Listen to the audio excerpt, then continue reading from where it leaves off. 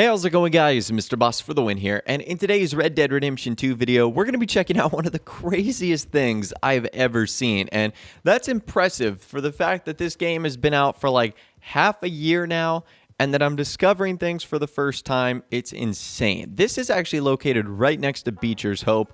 I wasn't even looking for this. I just saw something out of the corner of my eye, and it was like these bright sort of wagons, something you don't typically see. And I noticed that one of them was tipped over, the other one's back was open. And so I wanted to investigate to check it out. And the first thing I saw was shocking.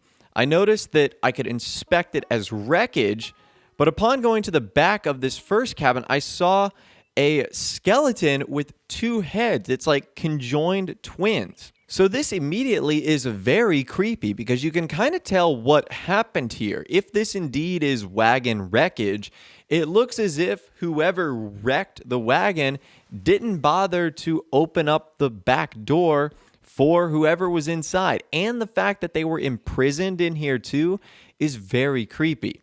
And you can see that they only had like a chair and a lamp, and that's about it. This individual, whoever they were, was wearing like a blue dress. And again, they are conjoined twins, two heads, one body. So immediately I was interested in what the heck was going on here. And so I climbed up on the side of the wagon, which is actually the top here, and it gave us some more details on what's going on here. Now there's something written at the very top that I can't make out, but it says, traveling between worlds since the dawn of time, twin beauties in one body. So apparently this is what the girls looked like before they ended up passing away. You can see 4 sets of arms, I think, and you've obviously got the 2 heads right there. That is pretty insane. I'm not going to lie to you guys. So apparently that's what was going on. Now, we don't know how long they were in here, but that gives you an idea of what the twins looked like before they ultimately passed. It could have been a couple of days. It could have been a couple of months. We're not too sure. We don't have a ton of details on what exactly transpired here. So that right there is the first wagon that you can interact with, and there isn't anything that you can like grab in terms of letters or notes or documents that would reveal some more information as to what occurred here. So I ended up moving to the second one, and on the outside of the second one, it says Fitcher Brothers, Traveling Circus, and Minstrel Show. Now, I had no idea what a minstrel show was, so I ended up looking this up, and according to Wikipedia, it is an American form of entertainment developed in the early 19th century, and each show consists of comic skits, variety acts, dancing, and musical performances that depicted people specifically of African descent. So that's kind of interesting. Again, there's no letters, there's no documents, there doesn't seem to be anyone that looked to be in charge here. But that is what we see in the blue wagon right here. Now, you can actually inspect this site, and it is known as the Circus wagons. And John says, found a wagon from a circus, all lost and abandoned. So there's, again, the red one and the blue one right there. Now, I thought after this, my adventure was going to be over. I thought that that was the secret we were supposed to find here, the conjoined twin girls.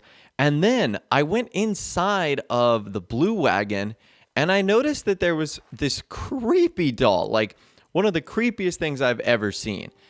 She's just kind of sitting here in this box, and her name apparently is Madam Irene. And Madam Irene will tell your fortune for 1 cent. However, as I went inside, I noticed there was no like activation button, or I couldn't interact with Madam Irene. I had plenty of money, as you can see, $33,000 right there. So I wasn't short on pennies in order to get my fortune told. So I was thinking that, okay, maybe this is just a prop and that there's nothing I could really do with this.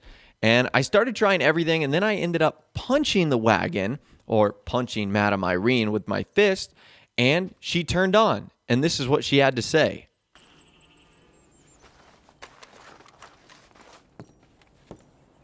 Listen closely for your fortune.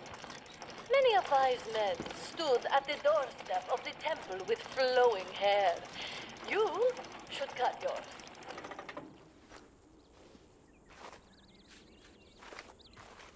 You have come to the great Madame Irene, seeking your future. Listen closely. You have taken to Vine women and song too much, maybe try to eat first. I am consulting the clouds for your fortune. Yes, here it is. A drought is no time to have a draft. Keep your eyes dry and your lips wet with whiskey. I am tired and cannot fathom reaching into the deep recesses of my psychic wisdom. Please, come back another time. Okay, so that was kind of interesting. Madame Irene basically told me that I needed a haircut and that I'm not eating enough.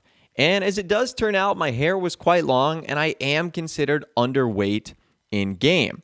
So what I did after that is I sought out to fix my problems to see if I could get another fortune from Madame Irene. So basically what I did was I got my hair cut and then I tried to eat a bunch of stuff to try and get to a normalized weight. Now I was having a problem with that, as no matter how much food I consumed and no matter how long I slept, I never really seemed to gain any weight. So I was having a little bit of a problem with that. But regardless, once I had cleaned up my hair and I had eaten some food, I returned to Madame Irene to see if I could get some new, fortunes told. And this is what happened. Hello, wanderer. I am looking deep into my crystal ball. Yes, here we are.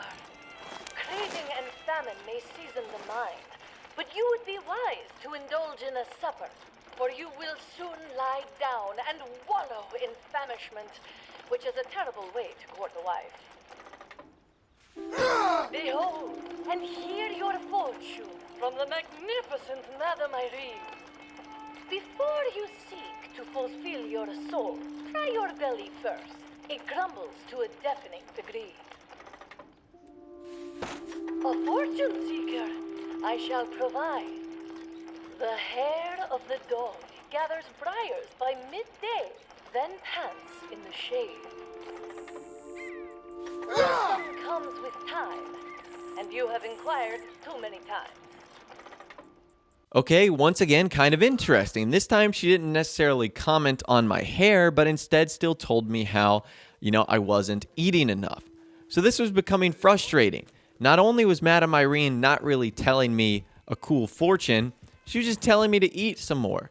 So I don't really know if that's her only purpose, is just to tell people to eat. But I wanted to come back for a third and final time to see if I could gather any more details from Madame Irene. And this is what happened when I got my fortune for a third time. I have reached into the great beyond for your fortune. A penance is admired, but you have elevated it to a level such that you might soon perish. Find sustenance, and you will no longer require wisdom from a machine. I am Madame Irene. Come close and bathe in my wisdom. You would be better seeking substance or supper than seeking savvy from a machine. I have been waiting for you. Here is your fortune. All sunshine delights, then fades into gloom, and you will fall unconscious and unappreciative unless you have created a fire in your soul, and one that can roast a fowl. I am tired and cannot fathom reaching into the deep recesses of my psychic wisdom. Please, come back another time. So once again, I'm not sure if Madame Irene is just supposed to be a nutritionist in a box, because that's really all she's telling me, is just to eat more food, and then I'm not eating enough. Even though I literally went through like $100 worth of provisions trying to get John Marston up to a more fit level. And I went back for a fourth and final time just to see if something unique would happen. And no, Madame Irene was not having it. She only wanted to tell me about my weight. Closely, for your fortune. You will come to a crossroad, and before you make a decision, eat. You have mistaken clarity for veracity. A meal would serve you better than any sermon. I am consulting the clouds for your fortune. Yes, here it is. You have taken to wine, women, and song too much. Maybe try to eat first.